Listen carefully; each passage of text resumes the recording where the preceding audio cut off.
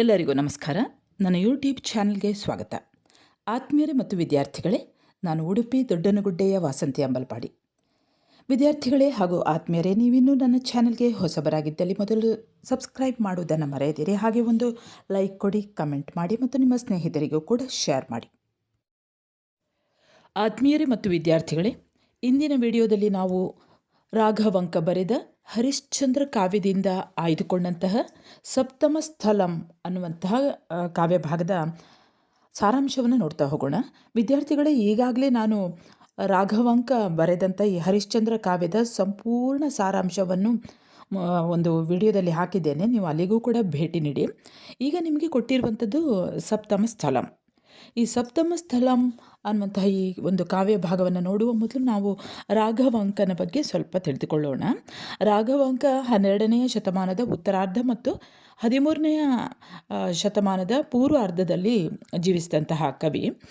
ಈತ ಇಡೀ ಕನ್ನಡ ಸಾಹಿತ್ಯ ಚರಿತ್ರೆಯಲ್ಲೇ ನೂತನ ಯುಗ ಪ್ರವರ್ತಕ ಅನ್ನುವಂಥ ಪ್ರಸಿದ್ಧಿಗೆ ಖ್ಯಾತಿಗೆ ಒಳಗಾದವನು. ಕನ್ನಡ ಸಾಹಿತ್ಯದಲ್ಲಿ ಷಟ್ಪದಿ ಪ್ರಕಾರವನ್ನು ಪ್ರವರ್ತನಗೊಳಿಸಿರುವಂತಹ ಕೀರ್ತಿ ರಾಘವಾಂಕನಿಗೆ ಸಲ್ತದೆ. ಹಂಪೆ ಇವನ ಜನ್ಮಸ್ಥಳ. ತಂದೆ ಮಹಾದೇವ ಭಟ್ಟ, ತಾಯಿ ರುದ್ರಾಣಿ. ಹಾಗೆ ಈತ ಬರೆದಂತಹ ಕೃತಿಗಳು ಹಲವಾರು ಇವೆ. ಅದರಲ್ಲಿ ಮುಖ್ಯವಾದದ್ದು ಹರಿಶ್ಚಂದ್ರ ಕಾವ್ಯ, ಸಿದ್ಧರಾಮ ಪುರಾಣ, ಸೋಮನಾಥ ಚರಿತ್ರೆ, ವೀರೇಶ ಚರಿತ್ರೆ, ಶಂಭ ಚರಿತ್ರೆ, ಹರಿಹರ ಮಹತ್ವ, ಕನ್ನಡದ ಅತ್ಯಂತ ಸ್ವತಂತ್ರ ಮನೋಧರ್ಮದ ಪ್ರಯೋಗಶೀಲವಾದಂತಹ ವೀರಶೈವ ಕವಿ ರಾಘವಾಂಕ. ಈ ಕಾವ್ಯ ಭಾಗ ಸಪ್ತಮ ಸ್ಥಳಂ. ಇದು ರಾಘವಾಂಕನ ಹರಿಶ್ಚಂದ್ರ ಕಾವ್ಯದಲ್ಲಿ ಬರುವಂತಹ ಈ ಒಂದು ಸಪ್ತಮ ಸ್ಥಳ ಆತನ ಉಜ್ವಲ ಕಾವ್ಯ ಪ್ರತಿಭೆಗೆ ಸಾಕ್ಷಿಯಾಗಿರುವಂಥದ್ದು. ಹರಿಶ್ಚಂದ್ರನು ವಿಶ್ವಾಮಿತ್ರನ ಆಶ್ರಮವನ್ನು ಪ್ರವೇಶ ಮಾಡಿದಾಗ ವಿಶ್ವಾಮಿತ್ರನು ಗಾನರಾಣಿಯರನ್ನು ಸೃಷ್ಟಿಸ್ತಾನೆ. ಅಂದರೆ ಹರಿಶ್ಚಂದ್ರನಿಂದ ಏನಾದರೂ ಮಾಡಿ ಸುಳ್ಳನ್ನು, ಆತನ ಬಾಯಿಂದ ಸುಳ್ಳು ಬರಬೇಕು ಅನ್ನುವ ರೀತಿಯಲ್ಲಿ ಗಾನರಾಣಿಯರನ್ನು ಸೃಷ್ಟಿ ಮಾಡ್ತಾನೆ. ಈ ಗಾನರಾಣಿಯರು ಮತ್ತು ಹರಿಶ್ಚಂದ್ರರ ನಡುವೆ ನಡೆದಂತಹ ಸಂವಾದ ಈ ಕಾವ್ಯ ಭಾಗದಲ್ಲಿ ನಾವು ಕಾಣಬಹುದು. ಇಲ್ಲಿ ಈ ಕಾವ್ಯ ಭಾಗದಲ್ಲಿ ಹರಿಶ್ಚಂದ್ರ ಮತ್ತು ಗಾನರಾಣಿಯರ ನಡುವೆ ನಡೆಯುವ ವೈಚಾರಿಕ ಸಂಘರ್ಷ, ಹೊಲೆತನ ಮತ್ತು ಅಸ್ಪೃಶ್ಯತೆಗಳ ತಿರುವು ಪಡೆಯುವಂತಹ ಬಗೆಯನ್ನು ಕವಿ ಸೃಷ್ಟಿಪಡಿಸುವಂತಹ ರೀತಿ, ರಚನಾ ಶೈಲಿ ಮಹತ್ವವಾದದ್ದು. ಪ್ರಮುಖವಾಗಿ ಸಮಾಜದ ಆಯಾಮವೂ ಇಲ್ಲಿ ಅನಾವರಣಗೊಳ್ಳುತ್ತದೆ. ಈ ಭಾಗದಲ್ಲಿ ಮೇಲು ಕೀಳಿಗಿಂತ ಮಾನವೀಯ ಮೌಲ್ಯಗಳ ಚರ್ಚೆ ಬಹಳ ಸಮಂಜಸವಾಗಿ ಕಾಣಿಸ್ತದೆ.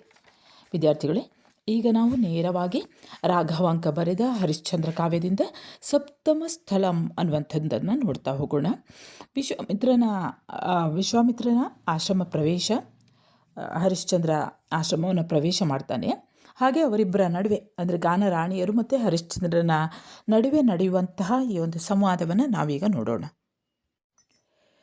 ಭೂಪ ಸತ್ಕುಲ ದೀಪನೊಡನೆ ವಿಶ್ವಾಮಿತ್ರ ಪಾಪಿ ಕೋಪಿಸಿ ಹೊಲತಿಯರನ್ನು ಪುಟ್ಟಿಸಿ ಕಳುಹ ಭಾಪು ಸ್ಥಿರಂ ಜೀವ ಸತ್ತಿಗೆಯನ್ನು ಈಯಲ್ಲದಡೆ ಗಂಡನಾಗೆಂದರು. ಇಲ್ಲಿ ಮುಖ್ಯವಾಗಿ ಇರುವಂಥದ್ದು, ಪಾಪಿಯಾದಂತಹ ವಿಶ್ವಾಮಿತ್ರನು ಈ ಹೊಲತಿಯರನ್ನು ಹರಿಶ್ಚಂದ್ರನಿಂದ, ಆತನ ಬಾಯಿಂದ ಭೂಪ ಸತ್ಕುಲ ದೀಪನೊಡನೆ, ಅಂದರೆ ಇಲ್ಲಿ ಈ ಹರಿಶ್ಚಂದ್ರನೊಡನೆ ಆತನ ಬಾಯಲ್ಲಿ ಸುಳ್ಳು ಹೇಳುವ ಹಾಗೆ ಮಾಡ್ತೇನೆ ಎಂದುಕೊಂಡು ವಿಶ್ವಾಮಿತ್ರನು ಆ ಹೊಲತಿಯರನ್ನು ಹುಟ್ಟಿಸ್ತಾನೆ. ಅವರೇನು ಮಾಡ್ತಾರೆ, ಈತನನ್ನು ಗಂಡನಾಗಬೇಕು ಅಂತ ಕೇಳ್ತಾರೆ. ಹರಿಶ್ಚಂದ್ರನ್ ತಮ್ಮ ಹಾಡನ್ನು ಕೇಳಿದಂತಹ ಈ ಒಂದು ಹೊಲತಿಯರು ಹೇಳ್ತಾರೆ, ನೀವು ನಮ್ಮನ್ನು ಮದುವೆ ಆಗಬೇಕು ಅನ್ನುವಂಥ ಈ ಒಂದು ಚರ್ಚೆ ಇಲ್ಲಿ ನಡೀತದೆ. ಕಾವ್ಯದ ಪ್ರಾರಂಭ ನೋಡೋಣ. ಹಂದಿಯಂ ಕಾಣುಹ ತಡಂ ಕೋಪಗಿಚ್ಚು ಭುಗಿಲೆಂದು ಜಪಜಾರೆ ತಪ ತಗ್ಗಿ ಮತಿಗತವಾಗಿ ಸಂದ ಯೋಗಂ ಹಿಂಗಿ ದಯೆ ದಾಟಿ ನೀತಿ ಭೀತಾನಂದರಿತು ಹೋಗಿ ಹಿಂದ ನೆನೆದುರಿದೆದ್ದು ಸಿಕ್ಕಿದನಲ ಭೂಪನಿಂದು ನಾನಾಯ್ತು ತಾನಾಯ್ತು ಕೆಡಿಸದೆ ಮಾಣೆನೆಂದು ಗರ್ಜಿಸುವ ಕೌಶಿಕನ ಹುಂಕಾರದಿಂದ ಒಗೆದರಿಬ್ಬರು ಸತಿಯರು. ನನ್ನ ಆಶ್ರಮವನ್ನು ಪ್ರವೇಶ ಮಾಡಿದಂತಹ ಈ ಒಂದು ಹರಿಶ್ಚಂದ್ರನಿಂದ ನಾನು ಸುಳ್ಳನ್ನು ಹೇಳಿಯೇ ಹೇಳ್ತೇನೆ ಅಂತ ಆತ ಯೋಚನೆ ಮಾಡ್ಕೊಳ್ತಾನೆ. ನಾನು ಇಡೀ ಕಾವ್ಯ ಭಾಗವನ್ನು ಓದ್ತಾ ಹೋಗೋದಿಲ್ಲ ವಿದ್ಯಾರ್ಥಿಗಳೇ. ಸಾರಾಂಶವನ್ನು ಮಾತ್ರ ನೀವು ಕೇಳಿಸಿಕೊಂಡ್ರೆ ಸಾಕು, ಪರೀಕ್ಷೆಯಲ್ಲಿ ಬರಿಬೋದು. ಅಂದರೆ ಹಂದ್ಯಂ ಕಾಣುಹ ತಡಂ, ಹಂದ್ಯನ ನೋಡ್ತಲೇ ವಿಶ್ವಾಮಿತ್ರನ ಕೋಪಾಗ್ನಿಯು ಭುಗಿಲೆಂದಿತು, ಅಂದರೆ ಅಷ್ಟು ಕೋಪ ಬರ್ತದೆ. ಜಪವು ಜಾರಿತು, ತಪವು ತಗ್ಗಿತು, ಮತಿಯು ಗತಿಸಿತು, ಮತಿಗತವಾಗಿ ಮತಿ ಕಳೆದು ಹೋಯ್ತಂತೆ. ಬುದ್ಧಿ ಸ್ಥಿಮಿತ ತಪ್ಪಿಬಿಡ್ತದೆ, ದಯೆ ದಾಟಿ ಹೋಗ್ತದೆ. ನೀತಿ ಭೀತಿತು, ಅಂದರೆ ನೀತಿಯೂ ಕೂಡ ಹೊರಟು ಹೋಗ್ತದೆ. ಹಿಂದೆ ನಡೆದುದನ್ನು ನೆನೆದು ಉರಿದೆದ್ದು ಸಿಕ್ಕಿದನು ಆ ರಾಜ. ಹಂದಿಯನ್ನು ಬೇಟೆಯಾಡ್ಕೊಂಡು ಬರ್ತಾನೆ. ಈ ರಾಜ ಸಿಕ್ಕಿಬಿಟ್ಟ, ಹರಿಶ್ಚಂದ್ರ ಸಿಕ್ಕಿದನು ಆ ರಾಜ, ಅವನನ್ನು ಗೋಳಾಡಿಸದೆ ಬಿಡುವುದಿಲ್ಲ ನಾನು ಎಂದು ಹೂಂಕರಿಸಲು ಕೌಶಿಕನ ಹುಂಕಾರದಿಂದ ಒಗೆದರಿಬ್ಬರು ಸತಿಯರು. ಆತನ ಆ ಹೂಂಕಾರದಿಂದ ಇಬ್ಬರು ತರುಣಿಯರು ಹುಟ್ಟಿದರು. ಒಗೆದರಿಬ್ಬರು ಸತಿಯರು. ಅವರೇನು ಮಾಡ್ತಾರೆ ನೋಡಿ. ಮುನಿಗೆ ಹೊಲೆ ಯಾವುದು ಅತಿ ಕೋಪ ಬದ್ಧ ದ್ವೇಷ. ಮುನಿಗೆ ಹೊಲೆ ಯಾವುದು ಅಂದರೆ ಅವನ ಹುಂಕಾರದಿಂದ ಇಬ್ಬರು ತರುಣಿಯರು ಹುಟ್ಟಿದ್ದಾರೆ. ಯಾವುದರಿಂದ ಹುಟ್ಟಿತು ಅಂದರೆ ಹೊಲತಿಯರು ಹುಟ್ಟಿದರು. ಹೇಗೆ ಆ ಹೊಲತಿಯರು ಹುಟ್ಟಿದರು ಅನ್ನುವಂಥದ್ದು. ಅಂದರೆ ಮುನಿಗೆ ಈ ಒಂದು ಸ್ವಭಾವಗಳಿರಬಾರ್ದು, ಅತಿ ಕೋಪ ಇರಬಾರ್ದು, ಬದ್ಧ ದ್ವೇಷ ಇರಬಾರ್ದು, ಅನಿಮಿತ್ತ ವೈರ, ಕಾರಣವಿಲ್ಲದೆ ವೈರತ್ವ ಇರಬಾರ್ದು. ಇದೆಲ್ಲವೂ ಕೂಡ ಇದ್ದರೆ ಅದು ಮುನಿಗೆ ಹೊಲೆ ಇದ್ದಂತೆ. ವಿಶ್ವಾಮಿತ್ರರಲ್ಲಿ ಇದ್ದಂತಹ ಈ ಮೂರು ಕಾರಣಗಳಿಂದ ಆ ವನಿತೆಯರು ಜನಿಸಿದ್ದರಾದ್ದರಿಂದ ಅವರು ಹೊಲತಿಯರಾದರು. ಹೇಗೆ ಅವರು ಹೊಲತಿಯರಾದರು ಅನ್ನೋದನ್ನು ನೀವು ತಿಳ್ಕೊಳ್ಬೇಕು. ಅಂದರೆ ಆ ಮೂರು ಗುಣಗಳು, ಅತಿಕೋಪ, ಬದ್ಧ ದ್ವೇಷ, ಅನಿಮಿತ್ತ ವೈರ ಅನ್ನುವಂಥದ್ದು ಮುನಿಗೆ ಹೊಲೆ ಇದ್ದಂತೆ. ಈ ಮೂರು ಕಾರಣಗಳು ಅವನಲ್ಲಿ ಒಮ್ಮೆಲೆ ಹೆಚ್ಚಾಗ್ತದೆ ವಿಶ್ವಾಮಿತ್ರನಲ್ಲಿ. ಆ ಮೂರು ಸ್ವಭಾವಗಳು ಇದ್ದದ್ರಿಂದ ಅಲ್ಲಿ ಹುಟ್ಟಿದಂತಹ ಆ ಒಂದು ಸ್ತ್ರೀಯರಿಬ್ಬರು ಅವರೇನಾಗ್ತಾರೆ, ಅವರು ಹೊಲತಿಯರಾಗಿರ್ತಾರೆ. ಆ ವನಿತೆಯರು ಹೀಗೆ ಜನಿಸಿದ್ದರಾದ್ದರಿಂದ ಹೊಲತಿಯರಾದರು. ಅವರು ದೂರದಲ್ಲೇ ನಿಂತು ಅವ್ರು ಏನು ಮಾಡ್ತಾರೆ ಅಂದರೆ ಕೈ ಮುಗಿತಾರೆ. ಮುನಿಗಳೇ, ನಮಗೆ ಆಜ್ಞೆ ಯಾವುದು ಅಂತ ಕೇಳ್ತಾರೆ. ಆಗ ವಿಶ್ವಾಮಿತ್ರ ಹೇಳ್ತಾನೆ, ಜನಪತಿ ಹರಿಶ್ಚಂದ್ರ ಬಂದು ನಮ್ಮಯ ತಪೋವನದೊಳೈದನೆ ಹೋಗಿ ಸರ್ವಬುದ್ಧಿಗಳೊಳು ಆತನ ಮರಳು ಮಾಡುತ್ತೀರಿ ಹೋಗಿ ಎಂದು ಅಟ್ಟಿದಂ. ಮುನಿಗಳೇ, ನಮಗೆ ಆಜ್ಞೆ ಯಾವುದು ಅಂತ ಅವ್ರು ಕೇಳ್ತಾರೆ. ಆಗ ವಿಶ್ವಾಮಿತ್ರ ಹೇಳ್ತಾನೆ, ಈ ತಪೋವನಕ್ಕೆ ಹರಿಶ್ಚಂದ್ರ ರಾಜನು ಬಂದಿದ್ದಾನೆ, ನಿಮ್ಮ ಬುದ್ಧಿ ಕೌಶಲ್ಯವನ್ನು ಉಪಯೋಗಿಸಿ ಅವನನ್ನು ಮರಳು ಮಾಡಿ ಅಂತ ಆಜ್ಞೆ ಕೊಡ್ತಾನೆ. ಆಗ ಆ ಸ್ತ್ರೀಯರ ಮುಂಗುರುಳಲ್ಲಿ ಆ ಸ್ತ್ರೀಯರ ಮೈಕಟ್ಟು ಹೇಗಿತ್ತು ಅನ್ನೋದನ್ನು ರಾಘವಾಂಕ ಇಲ್ಲಿ ವರ್ಣಿಸ್ತಾನೆ. ವಿದ್ಯಾರ್ಥಿಗಳೇ, ಪಠ್ಯಪುಸ್ತಕವನ್ನು ನಿಮ್ಮ ಎದುರಿಗೆ ಇಟ್ಕೊಳ್ಳಿ, ಆವಾಗ ಸ್ವಲ್ಪ ಸುಲಭ ಆಗ್ತದೆ. ಈ ಪದ್ಯ ಭಾಗ ನೋಡಿ. ಹೊಸ ಕುಟಿಲ ಕುಂತಲದ ಚಂಚಲಾಕ್ಷಿಗಳ ಕರ್ಕಶ ಕುಚದ ಶಿಥಿಲ ಮಧ್ಯದ ಲಘು ಶ್ವಾಸದ, ಅಂದರೆ ಆ ಸ್ತ್ರೀಯರ ಒಂದು ಮೈಕಟ್ಟು ಅಥವಾ ಸ್ತ್ರೀಯರಲ್ಲಿ ಆ ಸ್ತ್ರೀಯರು ಹೇಗಿದ್ರು ಅಂದರೆ ಅವರ ಮುಂಗುರುಳಲ್ಲಿ ಕುಟಿಲತೆ ಇತ್ತು, ಕಣ್ಣುಗಳಲ್ಲಿ ಚಾಂಚಲ್ಯ ಇತ್ತಂತೆ, ಕುಚಗಳಲ್ಲಿ ಕಾಠಿಣ್ಯ, ಹಾಗೆ ನಡುವಿನಲ್ಲಿ ಶಿಥಿಲತೆ. ಅಂದರೆ ಹೆಣ್ಣು ಅನ್ನುವಂಥದ್ದು ಮೃದುವಾಗಿರ್ತಾಳೆ ಅನ್ನುವಂಥದ್ದು. ಆದರೆ ಇಲ್ಲಿ ವಿಶ್ವಾಮಿತ್ರನ ಆ ಒಂದು ಹುಂಕಾರದಿಂದ, ಸಿಟ್ಟಿನ ಆ ಒಂದು ಗರ್ಜನೆಯಿಂದ ಹುಟ್ಟಿದಂತಹ ಈ ಸ್ತ್ರೀಯರು ಅವರಲ್ಲೇ ಕಠಿಣತೆ ಅನ್ನುವಂಥದ್ದು ಬಂದಿತ್ತು. ಮುಂಗುರುಳಿನಲ್ಲಿ ಆ ಮುಂದಿನ ಕೂದಲಿನಲ್ಲಿ, ತಲೆಯ ಕೂದಲಿನಲ್ಲಿ ಕೌಟಿಲ್ಯತೆ ಇತ್ತು, ಕಣ್ಣುಗಳಲ್ಲಿ ಚಂಚಲತೆ ಇತ್ತು, ಕುಚಗಳಲ್ಲಿ ಎದೆಗಳಲ್ಲಿ ಕಾಠಿಣ್ಯ ಇತ್ತು, ನಡುವಿನಲ್ಲಿ ಶಿಥಿಲತೆ ಇತ್ತು, ಅಭಿನಯದಲ್ಲಿ ಗೂಢತೆ ಇತ್ತು, ಉಸಿರಿನಲ್ಲಿ ಲಾಘವ ಇತ್ತು, ಲಘು ಶ್ವಾಸ, ಉಸಿರಿನಲ್ಲಿ ಲಾಘವ, ನಿತಂಬದಲ್ಲಿ ಕೊಬ್ಬಿನ ದರ್ಪ ಇತ್ತಂತೆ. ಹಾಗೆ ನಡಿಗೆಯಲ್ಲಿ ಜಾಡ್ಯ, ನಿತಂಬ ಅಂದರೆ ಸೊಂಟದಲ್ಲಿ ಕೊಬ್ಬು ಅಂದರೆ ದಪ್ಪ ಇದ್ದರು, ನಡಿಗೆಯಲ್ಲಿ ಜಡತೆ ಇತ್ತು, ನಗೆಯಲ್ಲಿ ಮರುಳು, ನುಡಿಯಲ್ಲಿ ವಕ್ರತೆ ಇದ್ದವು. ಈ ದುರ್ಗುಣಗಳು ಇದ್ದದ್ರಿಂದ ಅವರು ಹೊಲತಿಯರು ಎನಿಸಿದರು. ಅಂದರೆ ಎಲ್ಲವೂ ಅವಗುಣಗಳ ಸಂಗದಿಂ ಕುಲಂ ಹಸಗೆಟ್ಟ ಆದರಲ್ಲದೆ ಸಂಘವಾದ ಕುಲಮಂ ಕೆಡಿಸದು. ಅಂದರೆ ಅವರು ಈ ಎಲ್ಲ ದುರ್ಗುಣಗಳು ಯಾರಲ್ಲಿ ಇರ್ತದೆ, ಅವರು ಹೊಲತಿಯರು ಅಷ್ಟೇ. ಇಲ್ಲಿ ಹೇಳ್ತಾರೆ ರಾಘವಾಂಕ, ಇದೆಲ್ಲ ದುರ್ಗುಣಗಳು ಇದ್ದದ್ರಿಂದ ಅವರು ಹೊಲತಿಯರು. ದುರ್ಗುಣಗಳು ಯಾರ ಕುಲವನ್ನು ಕೆಡಿಸದೇ ಇರಬಲ್ಲವು. ದುರ್ಗುಣಗಳು ಕುಲವನ್ನು ಕೆಡಿಸಿಬಿಡ್ತವೆ. ಶ್ಯಾಮಲ ವರ್ಣದ ಕಪ್ಪು ಬಣ್ಣದ ಆ ಯುವತಿಯರಿಬ್ಬರು ಹಗಲನ್ನು ನೋಡಲು ಬಂದ ಯಾಮಿನಿಯ ಹೆಣ್ಣು ಮಕ್ಕಳು ಸುರಾಸುರರು ಸಮುದ್ರವನ್ನು ಮಥಿಸುವಾಗ ಹುಟ್ಟಿದ ವಿಷದ ಹೊಗೆಯಿಂದ ಕಪ್ಪಾದ ಜಲದೇವತೆಗಳು ಅಂದರೆ ಸಂದಕಾರಿರುಳ ಕನ್ಯೆಯರು ಹಗಲಂ ನೋಡಲೆಂದು ಬಂದರು.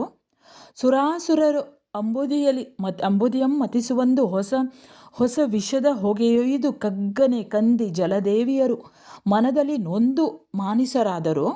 ಕಮಲಜಂ ನೀಲದಿಂದ ಮಾಡಿದ ಸಾಲ ಭಂಜಿಕೆಗಳು ಒದವಿ ಜೀವಂ ದಳೆದವು ಎನಿಪ್ಪಂದದಿ ಬಂದರು ಅಂಗನೆಯರು ಅವನೀಶನಿದ್ದೆಡೆಗೆ.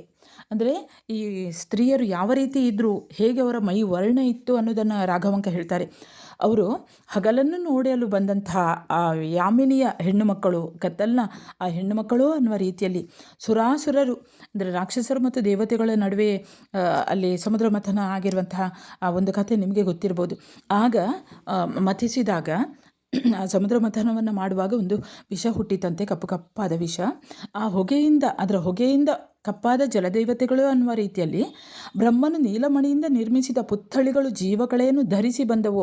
ನೀಲಮಣಿ ಅಂದರೆ ಸ್ವಲ್ಪ ನೀಲ ಗಾಢವಾದ ವರ್ಣ ಆದರೆ ಅದು ಸ್ವಲ್ಪ ಕಪ್ಪು ಕಪ್ಪೆ ಕಾಣ್ತದೆ. ಅದೇ ರೀತಿ ಕಂಗೊಳಿಸುತ್ತಾ ಹರಿಶ್ಚಂದ್ರನ ಬಳಿಗೆ ಬರ್ತಾರಂತೆ ಅವರಿಬ್ಬರು. ಆಗ ಮುಂದಿನ ಪದ್ಯ ಭಾಗವನ್ನು ನೋಡಿ. ಮಾಯದಬಲೆಯರು ಕಾಣುತ್ತ ಮಜ ಬಾಪ ಧಟ ರಾಯ ಝಳಮಪ್ಪ ರಾಯ ದಳವುಳ ಕಾರಿ ರಾಯ ಕಂಟಕ ರಾಯ ಜಗಜಟ್ಟಿ ರಾಯದಲ್ಲಣ ರಾಯ ಕೋಳಾಹಳ ರಾಯ ಭುಜ ಬಲ ಭೀಮ ರಾಯ ಮರ್ದನ ರಾಯ ಜೀಯ ಸ್ಥಿರಂಜೀವ ಎಂದು ಕೀರ್ತಿಸಿ ಗಾಣ ನಾಯಕಿಯರಂದು ದಂಡಿಗೆ ವಿಡಿದು ಪೊಡಮಟ್ಟು ಹಾಡಲು ಉದ್ಯೋಗಿಸಿದರು. ಈ ಮಾಯಾಂಗನೆಯರು ವಿಶ್ವಾಮಿತ್ರನಿಂದ ಸೃಷ್ಟಿಯಾದಂತಹ ಈ ಮಾಯಾಂಗನೆಯರು ಹರಿಶ್ಚಂದ್ರ ರಾಜ ಇದ್ದಲ್ಲಿಗೆ ಬರ್ತಾರೆ. ಅವರು ಹರಿಶ್ಚಂದ್ರನನ್ನು ನೋಡಿ ಹೇಳ್ತಾರೆ, ರಾಯ ಜಗಜಟ್ಟಿ ಮಜ ಬಾಪು ಅಂದರೆ ಹೊಗಳುವಂಥದ್ದಿಲ್ಲಿ ರಾಯ ಭುಜಬಲ ಭೀಮ ರಾಯ ಮರ್ದನ ರಾಯ ಜೀಯ ಸ್ಥಿರಂಜೀವ ಅಂತೆಲ್ಲ ಹೊಗಳ್ತಾರೆ ಅವನನ್ನು. ಇಂಪಾದ ಧ್ವನಿಯಿಂದ ಅವರು ಹಾಡಲಿಕ್ಕೆ ಶುರು ಮಾಡ್ತಾರಂತೆ. ಅವರ ಸಂಗೀತವು ಅತ್ಯಂತ ಮನೋಜ್ಞವಾಗಿತ್ತಂತೆ, ಮನಸ್ಸಿಗೆ ನಾಟುವ ರೀತಿಯಲ್ಲಿ ಬಹಳ ಚಂದದ ಹಾಡನ್ನು ಹಾಡ್ತಾ ಇದ್ರಂತೆ. ತಾಳಲಯಬದ್ಧವಾಗಿ ಯಥೋಚಿತವಾದ ತಾರಮಂದ್ರ ಧ್ವನಿಗಳಿಂದ ಹಾಡಲು ಹರಿಶ್ಚಂದ್ರನಿಗೆ ಉಲ್ಲಾಸ ಮೂಡಿತು. ಅವನು ಬೇಟೆಯಾಡಿಕೊಂಡು ಬಂದಿದ್ದಾನೆ. ಇದಕ್ಕಿಂತ ಮೊದಲಿನ ಕಾವ್ಯ ಭಾಗದಲ್ಲಿ ಇದೆಲ್ಲ ಕಥೆಗಳು ಬರ್ತವೆ. ವಿದ್ಯಾರ್ಥಿಗಳೇ ಮೊದಲೇ ಹೇಳಿದೆ ನಿಮಗೆ, ಹರಿಶ್ಚಂದ್ರ ಕಾವ್ಯದ ಇಡೀ ಕಾವ್ಯ ಭಾಗವನ್ನು ನಾನು ಒಂದು ವಿಡಿಯೋದಲ್ಲಿ ಕೆಲವಾರು ವಿಡಿಯೋಗಳಲ್ಲಿ ಹಾಕಿದ್ದೇನೆ, ಅಲ್ಲಿಗೂ ಭೇಟಿ ನೀಡಿ. ಇಲ್ಲಿ ಹರಿಶ್ಚಂದ್ರ ಅವರ ಹಾಡುಗಳಿಂದ ಬಹಳ ಅವನ ಮನಸ್ಸು ಉಲ್ಲಾಸ ಮೂಡ್ತದೆ ಅವನಲ್ಲಿ. ಅವನು ಬೇಟೆಯಾಡ್ತಾ ಬಂದಿದ್ದಾನೆ. ಆ ಹಂದಿಯನ್ನು ಬೆನ್ನಟ್ಟಿಕೊಂಡು ಬಂದಂತಹ ಆಯಾಸ, ವಿಶ್ವಾಮಿತ್ರರ ಆಶ್ರಮಕ್ಕೆ ಬಂದೆನೆಂಬ ಕಳವಳ ಇತ್ತು, ಪರಾಶರ ಮುನಿಗಳ ಆಜ್ಞೆಯನ್ನು ಉಲ್ಲಂಘಿಸಿದೆ ಅನ್ನುವಂತಹ ಚಿಂತೆ ಇತ್ತು, ಕೆಟ್ಟ ಕನಸಿನ ಭಯ ಇವೆಲ್ಲವೂ ಇತ್ತು. ಅದೆಲ್ಲ ಯಾಕೆ ಮೂಡ್ತದೆ ಅಂತ ಈ ಕಾವ್ಯ ಭಾಗದಲ್ಲಿ ಬರ್ತದೆ. ಅವನು ಹರಿಶ್ಚಂದ್ರನು ಆ ಇಬ್ಬರು ಗಾನರಾಣಿಯರ ಒಂದು ಹಾಡನ್ನು ಕೇಳಿದ್ರಿಂದ ಇದೆಲ್ಲವೂ ಅವನಿಗೆ ನೆನಪು ಹೋಯಿತು. ಅವನ ಮನಸ್ಸಿನ ಒಳಗೆ ಇದ್ದದ್ದೆಲ್ಲ ಕಳವಳಗಳು, ಆ ಒಂದು ಮುನಿಗಳ ಮಾತನ್ನು ತಾನು ಉಲ್ಲಂಘಿಸಿದೆ ಅನ್ನುವಂಥದ್ದು, ವಿಶ್ವಾಮಿತ್ರನ ಆಶ್ರಮಕ್ಕೆ ಬಂದೆ ಅನ್ನುವಂತಹ ಒಂದು ಚಿಂತೆ ಇತ್ತು, ಕಳವಳ ಇತ್ತು. ಇದೆಲ್ಲವೂ ಕೂಡ ಆ ಗಾನರಾಣಿಯರಿಂದಾಗಿ ಆತ ಸಂಪ್ರೀತ ಚಿತ್ತನಾಗ್ತಾನೆ.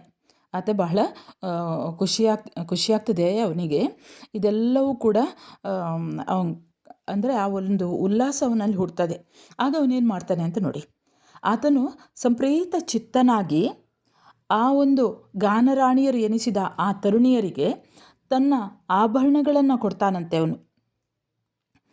ಅವನು ತನ್ನ ಒಂದು ಆಭರಣವನ್ನು ಪಾರಿತೋಷಕವನ್ನಾಗಿ ಉಡುಗೊರೆಯನ್ನಾಗಿ ಕೊಡ್ತಾನೆ. ಆಗ ಗಾಯಕರು ತೃಪ್ತರಾಗುವುದಿಲ್ಲ. ಅವರು ಏನು ಮಾಡ್ತಾರೆ ನೋಡಿ.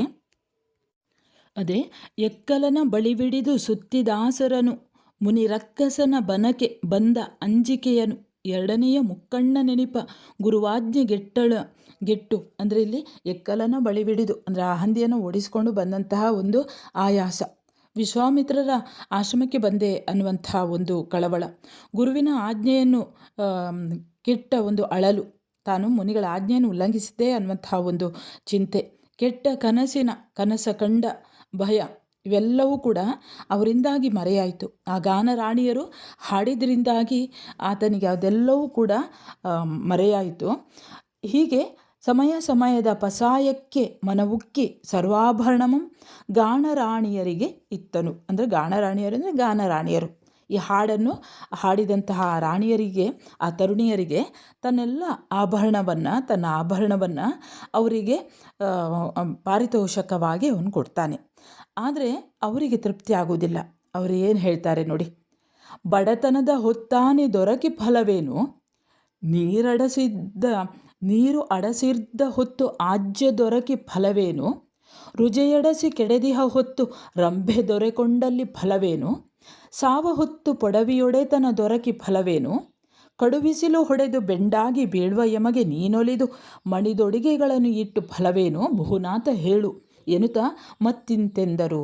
ಅಂದರೆ ಅವರು ಹೇಳ್ತಾರೆ, ಆ ಗಾಯಕಿಯರು ಹೀಗೆ ಹೇಳ್ತಾರೆ, ಮಹಾರಾಜ, ಬಡತನದ ಹೊತ್ತಿನಲ್ಲಿ ಆನೆ ದೊರಕಿದರೆ ಫಲವೇನು? ಅಂದರೆ ಊಟಕ್ಕೆ ಗತಿ ಇಲ್ಲದಿರುವಾಗ ಆನೆಯನ್ನು ಯಾರಾದರೂ ಕೊಟ್ಟರೆ ಏನು ಫಲ? ನೀರಡಸಿರ್ದ ಸಮಯದಲ್ಲಿ ಆಜ್ಯ ದೊರಕಿದರೆ ಫಲವೇನು?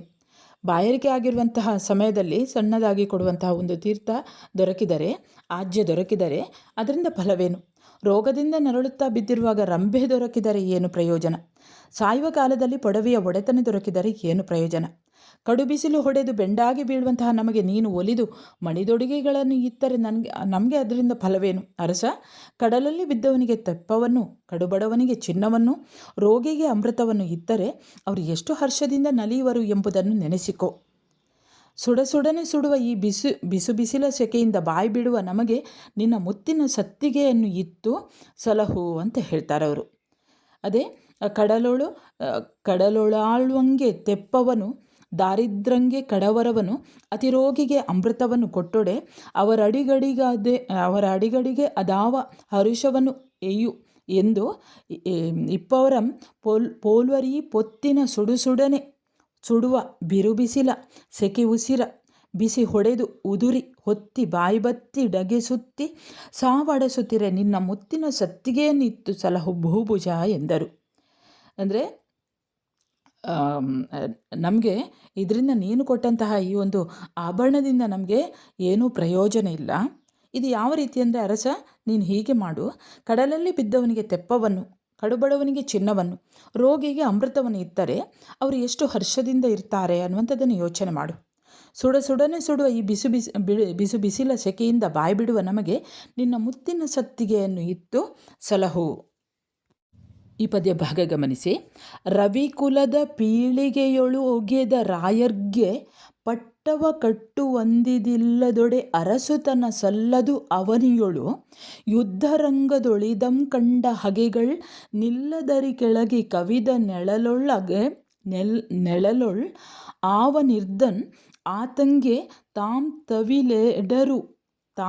ತವಿಲೆಡರು ಬಡತನ ನಿರೋಧವ ಅಪಕೀರ್ತಿ ಪರಿಭವ ಭಯಂ ಹರೆವುದು ಇದನ್ನರಿದರಿದು ಸತ್ತಿಗೆಯ ಕೊಡಬಹುದೇ ಹೇಳೆಂದನು. ಅಂದರೆ ನಮಗೆ ಬಿಸಿಲ ಸೆಕೆಯಿಂದ ಬಾಯಿ ಬಿಡುವ ನಮಗೆ ನಿನ್ನ ಮುತ್ತಿನ ಸತ್ತಿಗೆಯನ್ನು ಇತ್ತು ಸಲಹು ಅಂತ ಆ ಹೊಲತಿಯರು, ಆ ಗಾನರಾಣಿಯರು ಕೇಳಿದಾಗ ಹರಿಶ್ಚಂದ್ರ ಹೇಳ್ತಾನೆ. ಅಂದರೆ ಸತ್ತಿಗೆ ಅಂದರೆ ಕೊಡೆ. ರಾಜನು ಹೋಗುವಾಗ ಆತನ ತಲೆಯ ಮೇಲೆ ಒಂದು ಕೊಡೆಯನ್ನು ಹಿಡ್ಕೊಂಡು ಹೋಗುವಂಥದ್ದು ನೀವು ಕಂಡಿರ್ಬೋದು. ಆ ಕೊಡೆಯ ಅಡಿಯಲ್ಲಿ ಬರುವಂಥದ್ದು ಬೆಳ್ಗೊಡೆ ಅಂತ ಹೇಳ್ತಾರೆ. ಮುತ್ತಿನ ಸತ್ತಿಗೆ ಅದು. ಅಂದರೆ ಅವನು ಹರಿಶ್ಚಂದ್ರ ಹೀಗೆ ಹೇಳ್ತಾನೆ, ಆ ಸತ್ತಿಗೆಯ ಒಂದು ಮಹತ್ವವನ್ನು ಈ ರೀತಿ ಹೇಳ್ತಾನೆ.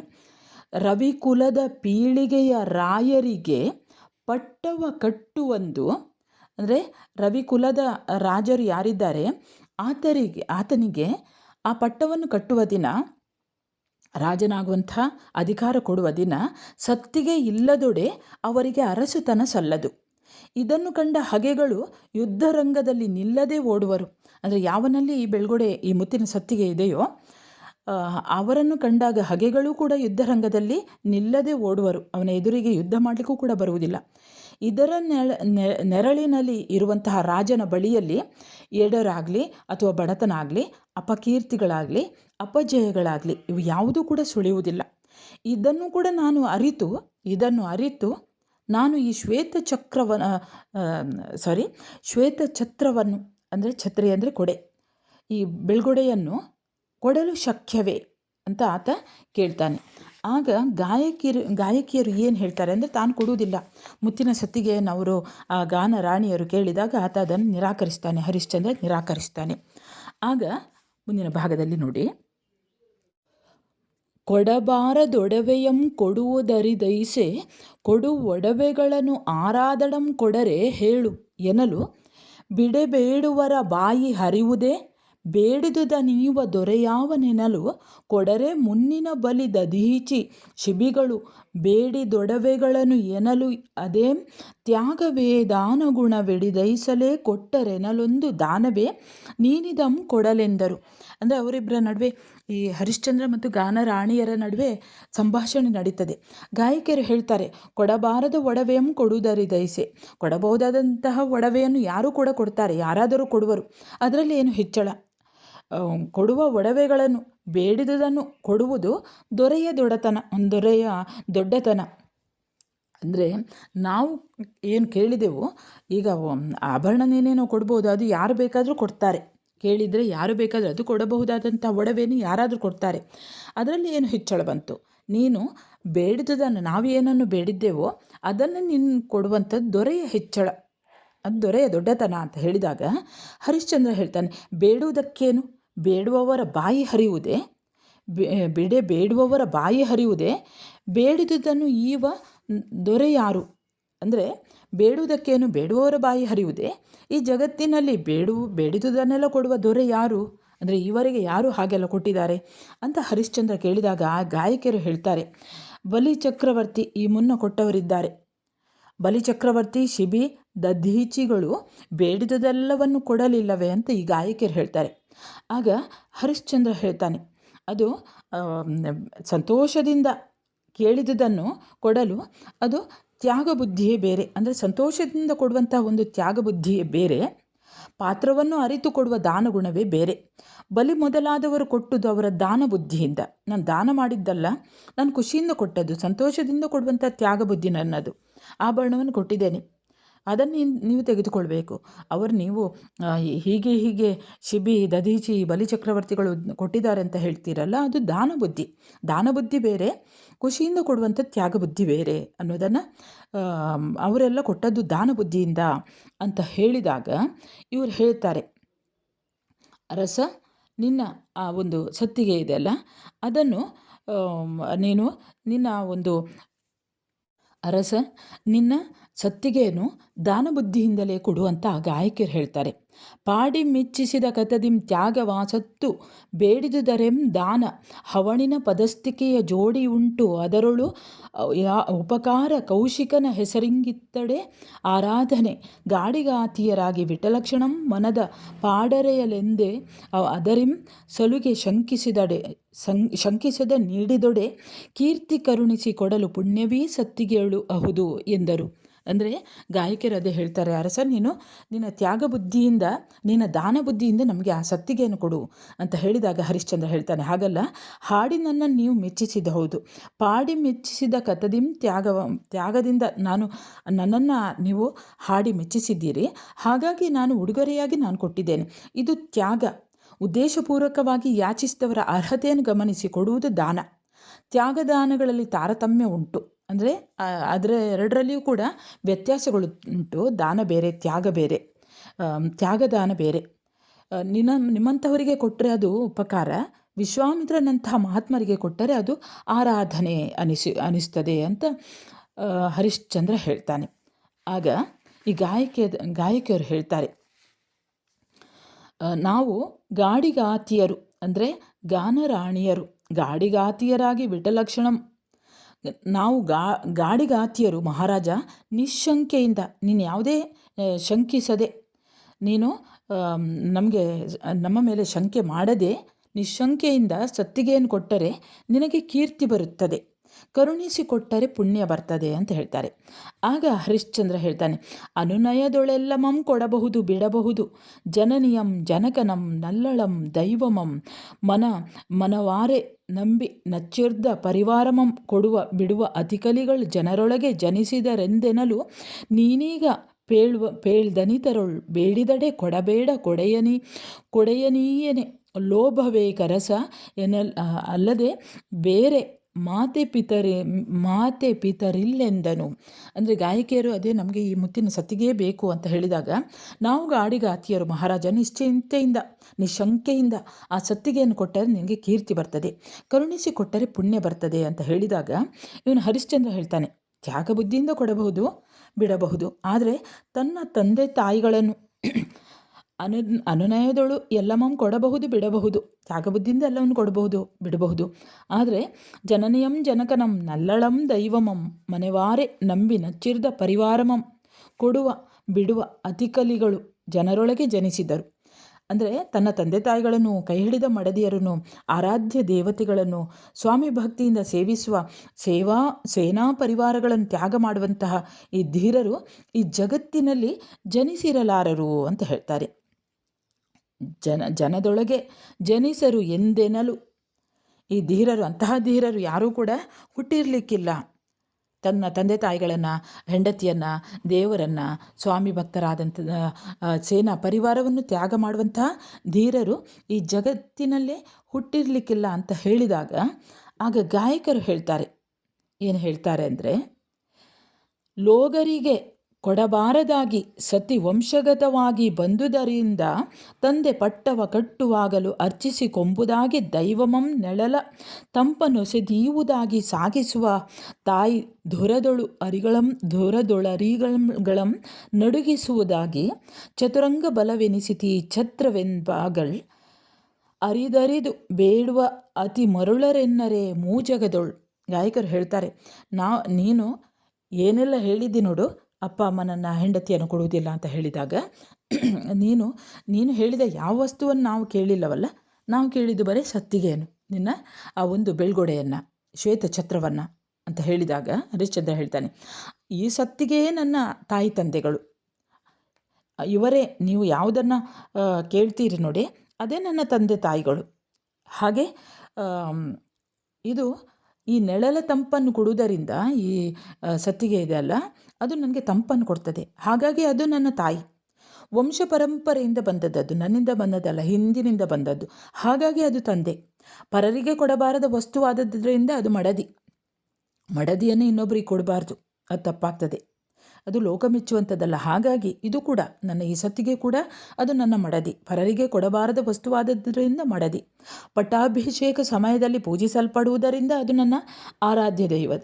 ಅಂದರೆ ಅವನು ಈ ಮೊದಲನ ಭಾಗದಲ್ಲಿ ಏನೆಲ್ಲ ಹೇಳಿದ್ದಾರೆ ಹರಿಶ್ಚಂದ್ರ, ಅದಕ್ಕೆಲ್ಲ ಕಾರಣವನ್ನು ಕೊಡ್ತಾ ಹೋಗ್ತಾನೆ. ಆರಾಧ್ಯ ದೇವತೆ ರಣರಂಗದಲ್ಲಿ ವೈರಿಗಳನ್ನು ನಡಗಿಸುವುದರಿಂದ ಈ ಸತ್ತಿಗೆ ನನ್ನ ಸೇನಾ ಪರಿವಾರ. ಇಂತಹ ಒಂದು ಶ್ವೇತಛತ್ರವನ್ನು ಬೇಡತಕ್ಕವರು ಹುಚ್ಚರು ಎನ್ನಬೇಕಾಗುತ್ತದೆ, ಬೇಡುವರು ಅತಿ ಮರಳರು ಎನ್ನಲೇ ಮೂಜಗದೊಳು. ಮುಂದೆ ಹೇಳ್ತಾರೆ, ಆಗ ಇಳೆಯೊಳಗೆ ಹೆಸರುಳ್ಳ ದಾನಿ ಎಂಬುದನ್ನು ಕೇಳ್ದೆಳಸಿ ಕಟ್ಟಾಸೆ ಒಟ್ಟೈತಂದು ಬೇಡಿ ನಿಷ್ಫಲವಾಗದಂತೆ ನಾವತಿ ಮರುಗದಂತ ಸಳದಂತೆ ಬಿಸುಸುಯ್ಯದಂತೆ ತಿಳಿದು ನೀನೆಮಗೆ ವಲ್ಲಭನಾಗಿ ಚಿತ್ತ ದುಮ್ಮಳಿಕೆಯಂ ಕಳೆ ಹರಿಶ್ಚಂದ್ರ ಭೂನಾಥ ಎಂದಳವಳಿದು ಬಾಯ್ವಿಟ್ಟು ಕೈ ಮುಗಿದು ನುಡಿದರು ಒಲವಿಂದ ನಾಮಿಕ ಆ ಸತಿಯರು. ಅಂದರೆ ನಾನು ಅದನ್ನು ಕೊಡುವುದಿಲ್ಲ, ಈ ಶ್ವೇತಛತ್ರವನ್ನು ನಾನು ಕೊಟ್ಟೇನಾದರೆ ನಾನು ಕೂಡ ಮೂರ್ಖನೇ, ಈ ಶ್ವೇತಛತ್ರವನ್ನು ಬೇಡತಕ್ಕವರು ಕೂಡ ಮೂರ್ಖರು ಅಂತ ಈ ಮೂರು ಜಗವೇ ಹೇಳಿಬಿಡ್ತದೆ, ಮೂರು ಲೋಕವೇ ಹೇಳಿಬಿಡ್ತದೆ ಅನ್ನುವಾಗ ಆ ಗಾಯಕಿಯರು ಹೇಳ್ತಾರೆ, ಇಳೆಯೊಳಗೆ ಹೆಸರುಳ್ಳ ದಾನಿ ಅರಸ, ನೀನು ವಿಶ್ವವಿಖ್ಯಾತನಾದಂತಹ ಈ ಭೂಮಿಯಲ್ಲಿ ವಿಶ್ವವಿಖ್ಯಾತನಾದಂತಹ ದಾನಿ ಎಂದು ತಿಳಿದು ದೊಡ್ಡ ಆಸೆಯಿಂದ ನಿನ್ನ ಬಳಿಗೆ ಬಂದೆವು, ಹೊರತು ನಮ್ಮ ಪ್ರಾರ್ಥನೆಯನ್ನು ನೀನು ನಿಷ್ಫಲಗೊಳಿಸ್ತಾ ಇದೆಯಾ? ನಾವು ಮರುಗುವಂತೆ ಬಿಸುಸುಯ್ಯುವಂತೆ ಮಾಡುವೆಯಾ? ಸತ್ತಿಗೆಯನ್ನು ಕೊಡಲಾಗದೇ ಇದ್ದರೆ ನಮ್ಮನ್ನು ಮದುವೆಯಾಗು ಅಂತ ಹೇಳ್ತಾರೆ. ನೀನೆಮಗೆ ವಲ್ಲಭನಾಗಿ ಚಿತ್ತದ ಉಮ್ಮಳಿಕೆಯಂ ಕಳೆ, ನಮ್ಮ ಮನಸ್ಸಿನಲ್ಲಿರುವಂಥ ಈ ಉಮ್ಮಳವನ್ನು, ಚಿಂತೆಯನ್ನು, ಅದನ್ನು ನೀನು ಕಳೆ. ನೀನು ಸತ್ತಿಗೆ ನಿನ್ನಿಂದ ಕೊಡಲಿಕ್ಕೆ ಆಗದಿದ್ದರೆ ನಮ್ಮನ್ನು ಮದುವೆಯಾಗು ಅಂತ ಹೇಳಿದಾಗ ಅವರ ಆ ಒಂದು ನುಡಿಯನ್ನು ಕೇಳಿ ಅವನು ತುಂಬ ಕ್ರೋಧೋದ್ದೀಪನಾಗ್ತಾನಂತೆ. ಅಂದರೆ ತುಂಬ ಸಿಟ್ಟು ಬರ್ತದೆ ರಾಜನಿಗೆ ಅವರ ಆ ಒಂದು ನುಡಿಯನ್ನು ಕೇಳಿದಾಗ. ಆಗ ಅವನು ಹೇಳ್ತಾನೆ, ಲಲಿತ ವಸುಮತಿ ಹುಟ್ಟಿದ ಸೂರ್ಯ ಕುಲದ ರಾಯರ್ಗೆ ವಂಶದೊಳು ಕೀರ್ತಿಯೊಳು ಭುಜಬಲದೊಳು ಒರೆದೊರೆ ಎನಿಸಿ ಕನ್ನಿಕೇರಂ ಕೊಡುವ ಭೂಪರಿಲ್ಲಿಂದು ತನಕ ಹೊಲತಿಯರು ಒಂದಾವು ಸತಿಯರಾದಪ್ಪೆವಂ ಎಂಬುಲಿಹವೆಂಬುದು ಬಂದ ಕಾಲುಗುಣವೋ ನಿಂದ ನೆಲದ ಗುಣವೋ ನೋಡಲೆಂದು ಕಡುಮುಳಿದು ಕೋಪಿಸಿದನು ಅವನೀಶನು. ಅವರ ನುಡಿಯನ್ನು ಕೇಳಿದಂತಹ ಹರಿಶ್ಚಂದ್ರ ಆಕ್ರೋಶಗೊಳ್ತಾನೆ. ಅಬ್ಬಾ, ಈ ಜಗತ್ತು ಹುಟ್ಟಿದಾಗಲೇ ಜನಿಸಿದಂತಹ ಪ್ರಾಚೀನ ಸೂರ್ಯವಂಶದ ರಾಜರು ನಾವು. ಜಗತ್ತು ಹುಟ್ಟುವ ಮೊದಲೇ, ಹುಟ್ಟಿದ ದಿನವೇ ಇಲ್ಲಿ ಸೂರ್ಯನಿದ್ದ. ಅಂತಹ ಒಂದು ಲಲಿತ ವಸುಮತಿ ಹುಟ್ಟಿದ ಸೂರ್ಯ ಕುಲದ ರಾಯರ್ಗೆ ವಂಶದೊಳು ಕೀರ್ತಿಯಲ್ಲಿ, ಅಂದರೆ ಈ ವಂಶದಲ್ಲಿ ಅಂತಹ ಕೀರ್ತಿಯನ್ನು, ಅಂತಹ ವಂಶದಲ್ಲಿ, ಸೂರ್ಯವಂಶದಲ್ಲಿ ಹುಟ್ಟಿದಂತಹ ನಾವು. ಅದು ಈ ಜಗತ್ತು ಹುಟ್ಟಿದಾಗಲೇ ಸೂರ್ಯ ಹುಟ್ಟಿಬಿಟ್ಟಿದ್ದಾನೆ. ಅಂತಹ ಒಂದು ಪ್ರಾಚೀನ ಸೂರ್ಯವಂಶದ ರಾಜರು ನಾವು.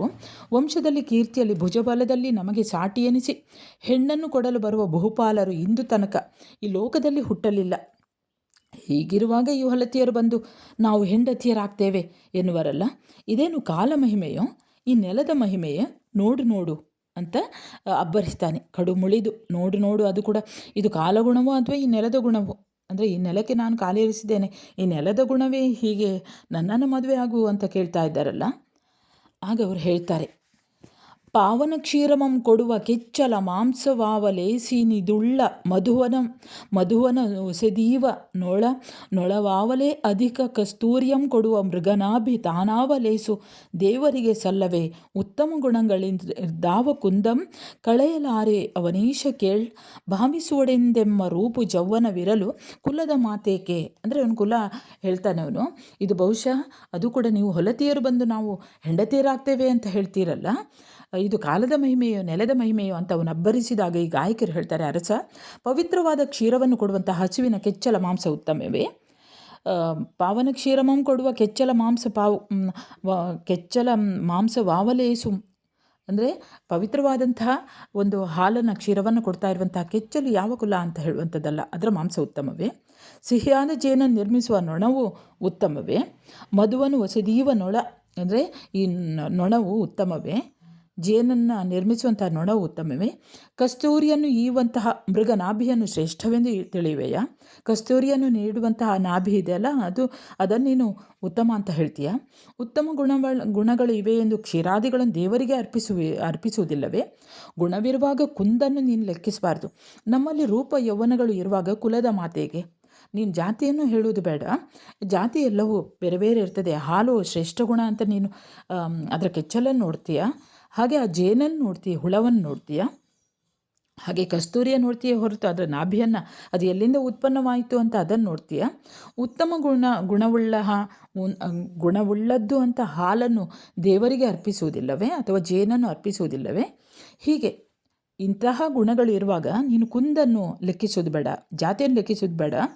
ನಮ್ಮಲ್ಲಿ ರೂಪ ಯೌವನಗಳು ಇರುವಾಗ ಕುಲದ ಮಾತೇಕೆ ಅಂತ ಅವರಿಬ್ಬರು ಹೇಳ್ತಾರೆ. ಆಗ ಹರಿಶ್ಚಂದ್ರ ಹೇಳ್ತಾನೆ, ಈ ಭಾಗ ಗಮನಿಸಿ. ಅಕ್ಕಕ್ಕು ಬಚ್ಚಲುದಕಂ ತಿಳಿದಡಾರ ಮೀಹಕ್ಕೆ ಯೋಗ್ಯಂ ನಾಯಿಗೆ ಹಾಲು ಉಳ್ಳಡ ಆವನೂಟಕ್ಕೆ ಯೋಗ್ಯಂ ಪ್ರೇತವನದೊಳಗೆ ಬೆಳೆದ ಹೂವಾರ ಮುಡಿಹಕ್ಕೆ ಯೋಗ್ಯಂ ಮಿಕ್ಕ ಹೊಲತಿಯರು ನೀವೇನೆ ನಿಮ್ಮ ಜವ್ವನದ ಸೊರ್ಕು ರೂಪಿನ ಗಾಡಿ ಜಾಣತನದೊಳು ಒಪ್ಪವೇತಕ್ಕೆ ಯೋಗ್ಯಂ ರಮಿಸಿದವರುಂಟೆ ಶಿವಶಿವೀ ಮಾತು ತಾ ಹೊಲೆಯೆಂದನು. ಅಂದರೆ ಅವನು ಹರಿಶ್ಚಂದ್ರ ಈ ಹೊಲತಿಯರು ಮುತ್ತಿನ ಸತ್ತಿಗೆಯನ್ನು ಕೊಡಲು ಆಗದಿದ್ದರೆ ಬೇಡ, ನಮ್ಮನ್ನು ಮದುವೆ ಆದರೂ ಆಗು ಅಂತ ಹೇಳಿದಾಗ ಹರಿಶ್ಚಂದ್ರ ಹೀಗೆ ಹೇಳ್ತಾನೆ. ಅಕ್ಕಕ್ಕು ಅಂದರೆ ಹೌದು, ಬಚ್ಚಲ ನೀರು ತಿಳಿಯಾದರೆ ಅದು ಸ್ನಾನಕ್ಕೆ ಯೋಗ್ಯವೇ ಅಂತ ಕೇಳ್ತಾನೆ. ಬಚ್ಚಲಿನಲ್ಲಿ ಬರುವಂಥ ಉದಕ ನೀರು ಅದು ತಿಳಿಯಾಗಿದೆ ಅಂತ ಸ್ನಾನ ಮಾಡ್ತಾರೆ ಯಾರಾದರೂ. ಹಾಗೆ ನಾಯಿಯಲ್ಲಿ ಹಾಲು ಉಂಟು ಅಂತ ಅದು ಕುಡಿಯಲು ಯೋಗ್ಯವೇ? ಹಾಗೆ ಪ್ರೇತವನದೊಳಗೆ ಬೆಳೆದ ಹೂವು ಆರ ಮುಡಿಹಕ್ಕೆ ಯೋಗ್ಯಂ. ಪ್ರೇತವನ ಅಂದರೆ ಮಸಣ. ಆ ಮಸಣದಲ್ಲಿ, ಸ್ಮಶಾನದಲ್ಲಿ ಬೆಳೆದಂತಹ ಯಾವುದೋ ಒಂದು ಹೂವು, ಒಳ್ಳೆಯ ಹೂವು, ಅದು ಮುಡಿಯಲು ಯೋಗ್ಯವೇ? ಹೊಲತಿಯರಾದ ನಿಮ್ಮಲ್ಲಿ ಯೌವನದ ಸೊಕ್ಕು, ರೂಪಿನ ಗಾಡಿ, ರೂಪಿನ ಒಂದು ಜಾಣ್ಮೆ ಇದೆ, ವೈಭವ, ಶೃಂಗಾರ ಇದೆ, ಹಾಗೆ ಅಂತ ಜಾಣತನಗಳು ಇದ್ದರೆ ನೀವು ಸ್ಪರ್ಶ್ಯರಾಗುವಿರಾ? ಶಿವ, ಎಂತಹ ಹೊಲಸು ಮಾತಿದು. ನೀವು ಹೀಗೆ ಇದ್ದೀರಿ, ನಿಮ್ಮಲ್ಲಿ ಯೌವನ ಉಂಟು, ರೂಪ ಉಂಟು ಅಂತ ಆದ ತಕ್ಷಣ ನೀವು ಬರೀ ಒಂದು ರೂಪ ಯೌವನ ಲಕ್ಷಣಗಳಿವೆ ಅಂತ ನಿಮ್ಮನ್ನು ಮದುವೆಯಾಗಲು ಸಾಧ್ಯವೇ ಅಂತ ಈತ ಹರಿಶ್ಚಂದ್ರ ರಾಜ ಕೇಳ್ತಾನೆ. ಆಗ ಗಾಯಕಿಯರು ಹೇಳ್ತಾರೆ, ಈ ರೀತಿ ಹೇಳ್ತಾರೆ, ಪದ್ಯಭಾಗ ಗಮನಿಸಿ. ಹಾಡನೊಲಿದಾಲಿಸಿದ ಕಿವಿಗೆ ಹೊಲೆಯಿಲ್ಲ, ಮಾತಾಡಿ ಹೊಗಳಿದ ಬಾಯಿಗೆ ಹೊಲೆಯಿಲ್ಲ, ರೂಪನೆರೆ ನೋಡಿ ವಿಲೋಚನಕ್ಕೆ ಹೊಲೆಯಿಲ್ಲ, ಮೇ ಮುಡಿಗಳಿಂ ಸುಳಿವ ತಂಗಾಳಿಂ ತೀಡುವ ಸುಗಂಧಮಂ ವಾಸಿಸಿದ ನಾಸಿಕಕ್ಕೆ ನಾಡೆ ಹೊಲೆಯಿಲ್ಲ, ಸೋಂಕಿಂಗೆ ಹೊಲೆ ಉಂಟಾಯಿತೆ, ಕೂಡಿರ್ದ ಪಂಚೇಂದ್ರಿಯಗಳೊಳು ನಾಲ್ವಧಮ ಒಂದಧಿಕವೇ ಎಂದರು. ಅಂದರೆ ಅವರು ಹೇಳ್ತಾರೆ, ಹಾಡನ್ನು ಒಲಿದು ಆಲಿಸಿದ ನಿನ್ನ ಕಿವಿಗೆ ಹೊಲೆ ಇಲ್ಲವಲ್ಲ. ಅಂದರೆ ಇಲ್ಲಿ ಸ್ಪರ್ಶ ಅಸ್ಪರ್ಶ ಅನ್ನುವಂಥ ನಿಟ್ಟಿನಲ್ಲಿ ಇಲ್ಲಿ ಒಂದು ಅವರಿಬ್ಬರ ಆ ಹೊಲತಿಯರು ಮತ್ತು ಆ ಗಾನರಾಣಿಯರು ಮತ್ತು ಹರಿಶ್ಚಂದ್ರ ನಡುವೆ ನಡೆಯುವಂಥ ಈ ಒಂದು ಮಾತುಕತೆ. ಅಂದರೆ ಹೀಗೆ ನಿಮ್ಮನ್ನು ಮದುವೆ ಆಗಬೇಕು ಅಂತ ಹೇಳುವಾಗ ಬಚ್ಚಲ್ನಲ್ಲಿದ್ದಂತಹ ಆ ನೀರು ತಿಳಿಯಾಯಿತು ಅಂತ ಸ್ನಾನಕ್ಕೆ ಅದು ಯೋಗ್ಯವಲ್ಲ. ನಾಯಿಯ ಮೊಲೆಯಲ್ಲಿ ಹಾಲು ಉಂಟು ಅಂತ ಇದ್ದರೆ ಅದು ಊಟಕ್ಕೆ, ಅದು ಕುಡಿಯಲು ಯೋಗ್ಯವಲ್ಲ. ಹಾಗೆ ಒಂದು ಚಂದದ ಹೂ ಅರಳಿದೆ ಅಂತ ಅದು ಪ್ರೇತವನದಲ್ಲಿ ಅರಳಿದಾಗ, ಸ್ಮಶಾನದಲ್ಲಿ ಅರಳಿದರೆ ಅದನ್ನು ಯಾರೂ ಕೂಡ ಮುಡಿಯುವುದಿಲ್ಲ ಅಂತ ಹೇಳಿದಾಗ, ನಿಮ್ಮಲ್ಲಿ ರೂಪು ಯೌವನಗಳು ಉಂಟು ಅಂತ ನೀವು ಹೊಲತಿಯರು ನೀವು, ಹಾಗಾಗಿ ಮದುವೆಯಾಗಲು ನೀವು ಯೋಗ್ಯರಲ್ಲ ಅಂತ ಹೇಳಿದಾಗ ಈ ಗಾಯಕಿಯರು ಹೀಗೆ ಹೇಳ್ತಾರೆ, ನೀವು ನಮ್ಮಿಬ್ಬರ ಹಾಡನ್ನು ಕೇಳಿದ್ದೀರಿ, ಹಾಗಾಗಿ ನಿಮ್ಮ ಕಿವಿಗೆ ಹೊಲೆ ಇಲ್ಲವೇ, ಮಾತಾಡಿ ಹೊಗಳಿದ ಬಾಯಿಗೆ ಹೊಲೆ ಇಲ್ಲ, ರೂಪನ್ನು ನೆರೆ ನೋಡಿದ ಕಣ್ಣಿಗೆ ಹೊಲೆ ಇಲ್ಲ, ಮೈ ಮುಡಿಗಳಿಂದ ಸುಳಿಯುವ ತಂಗಾಳಿಯ ಸುಗಂಧವನ್ನು ಮೂಸಿದ ಮೂಗಿಗೆ ಹೊಲೆ ಇಲ್ಲ, ಸೋಂಕುವ ಚರ್ಮಕ್ಕೆ ಹೊಲೆಯಾಯಿತೆ, ಪಂಚೇಂದ್ರಿಯಗಳಲ್ಲಿ 4 ಅಧಮವಾಗಿ 1 ಅಧಿಕವಾಯಿತೆ ಅಂತ, ಅದೇ ಸ್ಪರ್ಶಕ್ಕೆ ಸೋಂಕುವ ಚರ್ಮಕ್ಕೆ ಹೊಲೆಯಾಯಿತೆ ಅಂತ ಕೇಳಿದಾಗ ಆಗ ಹರಿಶ್ಚಂದ್ರ ಅದಕ್ಕೆ ಉತ್ತರವನ್ನು ಕೊಡ್ತಾನೆ. ಕಂಡರೆ ವಹಿಸಲೆ ನಯನೇಂದ್ರಿಯಂ ಘ್ರಾಣ ಕೊಂಡರೆ ವಹಿಸಲೆ ವಾಸನೆಯ ಕರ್ಣಗಳು ಉಂಡರೆ ವಹಿಸಲೆ ಶಬ್ದಮಂ ದೂರದಿಂದಲ್ಲದವು ಮುಟ್ಟಲಿಲ್ಲ. ಅಂದರೆ ಅವನು ಹೇಳ್ತಾನೆ, ಯಾವುದಕ್ಕೆ ಯಾವುದನ್ನು ನೀವು ಹೋಲಿಸ್ತಾ ಇದ್ದೀರಿ? ನಯನಾದಿ ಇಂದ್ರಿಯಗಳು ದೂರದಲ್ಲಿ ಇರುತ್ತವೆಯೇ ಹೊರತು ಮುಟ್ಟುತ್ತವೆಯೇ? ಕಣ್ಣಲ್ಲಿ ರೂಪವನ್ನು ಹೊಲೆಯನ್ನು ನೋಡಿದ ತಕ್ಷಣ ಕಣ್ಣು ಹೊಲೆಗೆ ಆಗುತ್ತದೆ ಅಂತ ನೀವು ಕೇಳ್ತೀರಲ್ಲ, ಆದರೆ ಕಣ್ಣುಗಳು ದೂರದಲ್ಲಿ ಇರುತ್ತವೆಯೇ ಹೊರತು ಕಣ್ಣಿಂದ ಹೋಗಿ ಮುಟ್ಲಿಕ್ಕಾಗ್ತದ? ಎಂತಹ ಬಂಡತನದ ಮಾತಿದು! ಕೆಂಡವನ್ನು ಮುಟ್ಟಿದರೆ ಸುಡುವುದೇ ಹೊರತು ನೋಡಿದರೆ ಮೂಸಿದರೆ ಸುಡುತ್ತದೆಯೇ ಅಂತ ಕೇಳ್ತಾನೆ ಇಲ್ಲಿ ಹರಿಶ್ಚಂದ್ರ. ಅದೇ ಕೆಂಡವನ್ನು ಮುಟ್ಟಿದರೆ, ಕೆಂಡವನ್ನು ನೋಡಿದಾಗ ಕಣ್ಣಿಗೆ ಏನೂ ಆಗುವುದಿಲ್ಲ, ಕಣ್ಣು ಸುಡುವುದಿಲ್ಲ. ಹೋಗಿ ಮುಟ್ಟಿದರೆ ಮಾತ್ರ ಸುಡುವುದು, ನೋಡಿದರೆ ಮೂಸಿದರೆ ಸುಡುತ್ತದೆಯೇ? ನೀವು ಕಾಡಿಸಬೇಡಿ, ತೊಲಗಿ ಬಿಡಿ ಇಲ್ಲಿಂದ. ಉತ್ತಮರು ಕೀಳು ಹೆಂಗಸರನ್ನು ನೋಡಬಾರದು, ನೋಡಿದರೂ ನುಡಿಸಬಾರದು, ನುಡಿಸಿದರೂ ಮನ್ನಿಸಬಾರದು, ಮನ್ನಿಸಿದರೂ ಕರೆದು ಏನನ್ನೂ ಕೊಡಬಾರದು. ಹೀಗಿದ್ದರೂ ನಿಮ್ಮನ್ನು ಮನ್ನಿಸಿ ಪಾರಿತೋಷಕವನ್ನು ಇತ್ತರೆ ಸಲ್ಲದ ಮಾತನಾಡುವಿರಾ ಅಂತ ಅವನು ಕೇಳ್ತಾನೆ. ಯಾವತ್ತೂ ಕೂಡ ಈ ಒಂದು ಅಸ್ಪೃಶ್ಯವಾದದ್ದು ಏನಿದೆ, ಉತ್ತಮರು ಮೇಲ್ಜಾತಿಯವರು ಕೀಳು ಹೆಂಗಸರನ್ನು ನೋಡಬಾರ್ದು, ನೋಡಿದರೂ ಕೂಡ ಅವರ ಹತ್ತಿರ ಮಾತನಾಡಿದರೂ ಕೂಡ ಅವರನ್ನು ಮಾತನಾಡಿಸಿದ್ರು ಏನಾದರೂ ಅವರನ್ನು ನೋಡಿ ಏನಾದರೂ ಕೊಡಬಾರ್ದು. ಹೀಗಿದ್ರೂ ನಾನು ಹೋಗಿ ನಿಮ್ಮನ್ನು ಮನ್ನಿಸಿ ನಿಮಗೆ ಪಾರಿತೋಷಕವನ್ನು ಕೊಟ್ಟರೆ ಅದನ್ನು ನೀವು ಬೇಡದ ಮಾತನಾಡ್ತಾ ಇದ್ದೀರಲ್ಲ ಅಂತ ಹೇಳಿದಾಗ ಆ ಗಾಯಕಿಯರು ಹೀಗೆ ಹೇಳ್ತಾರೆ. ಏನು ಹೇಳ್ತಾರೆ ಅಂದರೆ, ಶಾಪದಿಂದಾವ ದುಷ್ಕಲಂ ಸತ್ಕುಲಜ ಭೂಪ ನಿನ್ನಯ ಸಂಗದಿಂ ಶುದ್ಧವಪ್ಪುದು ಎಂಬ ಅಪೇಕ್ಷೆಯಂ ಬಂದೆವು ಎನ್ನಲೊಡನೆ ನಿಮಗೋಸುಗ ಎನ್ನ ಕುಲಮಂ ಕೆಡಿಪೆನೆ, ಪಾಪಿಗಳ ಪಾಪಮಂ ತೊಳೆವ ಗಂಗೆಗೆ ಪಾಪಲೇಪ ಉಂಟಾಯ್ತೆ ಹೇಳು ಅರಸಯ್ಯನೆ, ಕುಲಧರ್ಮವಿ ಪಂಥವಲ್ಲ ಕೊಡವಾಲ ಕೆಡಿಸುವಡೆ ಆಮ್ಲವೆನಿತು ಆಗಬೇಕೆಂದನು. ಅಂದರೆ ಅವರು ಹೇಳ್ತಾರೆ, ಮಹಾರಾಜ, ಶಾಪವಶದಿಂದ ನಾವು ದುಷ್ಕುಲದಲ್ಲಿ, ಈ ಕೆಳವರ್ಗದಲ್ಲಿ ಜನಿಸಿದೆವು. ಸತ್ಕುಲ ಪ್ರಸೂತನಾದಂತಹ ನಿನ್ನ ಕೈ ಹಿಡಿದು ಪರಿಶುದ್ಧರಾಗೋಣ ಅಂತ ನಾವು ಬಂದೆವು ಅಂತ ಹೇಳಿದಾಗ ಹರಿಶ್ಚಂದ್ರ ಹೇಳ್ತಾನೆ, ನಿಮಗೋಸ್ಕರ ನನ್ನ ಕುಲವನ್ನು ಕೆಡಿಸಿಕೊಳ್ಳಲೆ? ಆಗ ಆ ಗಾಯಕಿಯರು ಹೀಗೆ ಹೇಳ್ತಾರೆ, ಅರಸ, ನಿನ್ನ ಕುಲ ಏಕೆ ಕೆಡುವುದು? ಪಾಪಿಗಳ ಪಾಪವನ್ನು ತೊಳೆಯುವ ಗಂಗಾ ನದಿಗೆ ಪಾಪದ ಲೇಪ ಉಂಟೆ? ನಮ್ಮನ್ನು ಮದುವೆ ಆದರೆ ನಿನ್ನ ಕುಲ ಕೆಡ್ತದೆ ಅಂತ ಹೇಳ್ತೀಯಲ್ಲ, ಹೇಗೆ ಕೆಡ್ತದೆ ಅದು? ಹೇಗೆ ಪಾಪಗಳನ್ನು ತೊಳೆಯುವಂಥ ಗಂಗೆಗೆ ಪಾಪಲೇಪ ಉಂಟಾಗ್ತದ? ಪಾಪಿಗಳ ಪಾಪವನ್ನು ತೊಳೆಯುವಂಥ ಗಂಗಾ ನದಿಗೆ ಪಾಪದ ಲೇಪ ಉಂಟೆ ಅಂತ ಕೇಳ್ತಾರೆ ಅವರು. ಆಗ ಹರಿಶ್ಚಂದ್ರ ಹೇಳ್ತಾನೆ, ಕುಲಧರ್ಮ ವಿಪಂಥವಲ್ಲ, ಕುಲಧರ್ಮ ಈ ಪರಿ ಅಲ್ಲ, ಈ ರೀತಿ ಅಲ್ಲ. ಒಂದು ಕೊಡ ಹಾಲನ್ನು ಕೆಡಿಸಲು ಹುಳಿ ಎಷ್ಟು ಬೇಕು, ಎಷ್ಟು ಆಮ್ಲ ಬೇಕು. ಕೊಡವಾಲ ಕೆಡಿಸುವಡೆ ಆಮ್ಲವೆನಿತಾಗಬೇಕು. ಅಂದರೆ ಒಂದು ಕೊಡದ ಹಾಲನ್ನು ಕೆಡಿಸಲು ಆ ಕೊಡದಷ್ಟೇ ಹುಳಿ ಬೇಕಂತಿಲ್ಲ, ಚೂರು ಸಾಕು ಅಂತ ಹೇಳಿದಾಗ ಆ ಗಾಯಕಿಯರು ಹೇಳ್ತಾರೆ, ಮಹಾರಾಜ ಮಾತಿಂಗೆ ಮಾತುಗೊಡಲ ಅರಿದು ನಿನ್ನಯನುತ ಖ್ಯಾತಿಗೆ ಅದಟಿಂಗೆ ರೂಪಿಂಗೆ ಸುರುಚಿರ ಗುಣ ವ್ರಾತಕ್ಕೆ ಹರಯಕ್ಕೆ ಗರುವಿಕೆಗೆ ಮಾನಸಂದು ಮರಳಾಗಿ ಮತಿಗೆಟ್ಟೆವು. ಓದು ಬಂದವರನ್ನು ಉಪಚರಿಸದಿಪ್ಪುದು ನಿನಗೆ ನೀತಿಯಲ್ಲಿಗೆ ಹೀಗೆ ಇದಡಂ ಗಂಡನಾದಲ್ಲದಾತುರಂ ಪೋಗದಿನ್ನು ಒಲಿದಂತೆ ಮಾಡು ನಿನ್ನಯ ಬೆನ್ನ ಬಿಡೆವು ಎಂದರು. ಹೀಗೆ ಮಾತಿಗೆ ಮಾತು ಬೆಳೀತಾ ಹೋಗ್ತದೆ. ಮಹಾರಾಜ ಮಾತಿಗೊಂದು ಮಾತನಾಡುವುದು, ಮಾತಿಂಗೆ ಮಾತುಗೊಡಲರಿದು, ಮಾತಿಗೊಂದು ಮಾತನಾಡುವುದು ಯುಕ್ತವಲ್ಲ. ಇದರಿಂದ ನಿನ್ನ ಖ್ಯಾತಿ ಹೋಗ್ತದೆ. ಪರಾಕ್ರಮ, ರೂಪ, ಯೌವನ, ಸದ್ಗುಣಾದಿಗಳನ್ನು ಕೇಳಿ ನಾವು ಬಂದದ್ದು ನಿಮ್ಮದು. ಅದಕ್ಕೆ ಮರುಳಾಗಿ ನಾವು ಬಂದದ್ದು. ನಿನ್ನ ಖ್ಯಾತಿ ಉತ್ತಮವಾಗಿದೆ, ಪರಾಕ್ರಮ ಇದೆ, ನಿನ್ನಲ್ಲಿ ರೂಪ ಇದೆ, ಯೌವನ, ಸದ್ಗುಣಗಳು ಇವೆ ಅಂತ ನಾವು ಬಂದೇವೆ ಹೊರತು ಮತಿಗೆಟ್ಟು ನಿನ್ನ ಬಳಿಗೆ ಬಂದಿದ್ದೇವೆ. ಒಲಿದು ಬಂದವರನ್ನು ಉಪಚರಿಸುವುದು ನಿನ್ನ ಧರ್ಮ. ಅದು ನಮ್ಮನ್ನು ನೀನು ಮದುವೆ ಆಗಬೇಕು, ನೀನು ನಮಗೆ ಗಂಡನಾಗಲೇಬೇಕು. ನಾವಂತೂ ಬೆನ್ನು ಬಿಡದೆ ನಿನ್ನನ್ನು ಹಿಂಬಾಲಿಸ್ತೇವೆ ಅಂತ ಹೇಳ್ತಾರೆ. ನಾವು ನಿಮ್ಮ ಬೆನ್ನು ಬಿಡೆವು ಅಂತ ಆ ಗಾನ ರಾಣಿಯರು ಹೇಳ್ತಾರೆ. ಆಗ ಹರಿಶ್ಚಂದ್ರ ಹೇಳ್ತಾನೆ, ಬಳಿವಿಡಿದು ಬಂದು ಮಾಡುವುದೇನು, ನಮ್ಮ ಬೆಂಬಳಿಯನಿಬ್ಬರು ಹೊಲೆಯರು ಎಂದು ಅಡಹಗೆ ಬಿಡವೆಳಸಿ ಮಚ್ಚಿಸಿ ಮರುಳುಗೊಳಿಸಿ ಮತ್ತೊಲ್ಲನವನಿಪನೆಂದು ಮೊರೆಯಿಡುತ್ತ ಇಳೆಯೊಳಗೆ ಸಾರುತ್ತ ದೂರುತ್ತ ಬಪ್ಪೆವು ಎನೆ ಮುಳಿದು ಗುಡುಗುಡಿಸಿ ಕೋಪಾಟೋಪದಿಂ ಹಲ್ಲ ಕಳೆ ಬಾಯಿ ಹರಿಯ ಕೊಯ್ ಹೊಡೆ ಎನ್ನುತ್ತಿದ್ದರು ಉರವಣಿಸಿ ಭೂನಾಥನು. ನೀನು ನಮ್ಮನ್ನು ಮದುವೆ ಆಗಲೇಬೇಕು, ನೀನು ನಮಗೆ ಗಂಡನಾಗಲೇಬೇಕು, ನಾವಂತೂ ನಿನ್ನ ಬೆನ್ನು ಬಿಡುವುದಿಲ್ಲ ಅಂತ ಹೇಳಿದಾಗ ಹರಿಶ್ಚಂದ್ರ ಹೇಳ್ತಾನೆ, ಬಂದು ಮಾಡುವುದೇನು, ನನ್ನ ಬೆನ್ನು ಹಿಡಿದುಕೊಂಡು ಬರ್ತೀರಲ್ಲ, ನೀವೇನು ಮಾಡ್ತೀರಿ, ನನ್ನ ಸೇವಕ ವರ್ಗದಲ್ಲಿ ಎಷ್ಟು ಮಂದಿ ಹೊಲೆಯರಿಲ್ಲ. ಆಗ ಗಾಯಕರು ಹೇಳ್ತಾರೆ, ಬಂದು ನೀವು ಸೇವಕಿಯರಾಗಿ ಅಷ್ಟೇ, ನಮ್ಮ ಸೇವಕ ವರ್ಗದಲ್ಲಿಯೂ ಕೂಡ ಹೊಲೆಯರಿದ್ದಾರೆ, ಇರಬಹುದು. ಗಾಯಕರು ಹೇಳ್ತಾರೆ, ಇರಬಹುದು, ನಾವು ನಿನ್ನನ್ನು ಮೆಚ್ಚಿಸಿ ಮರಳುಗೊಳಿಸಲು ಯತ್ನಿಸುತ್ತೇವೆ.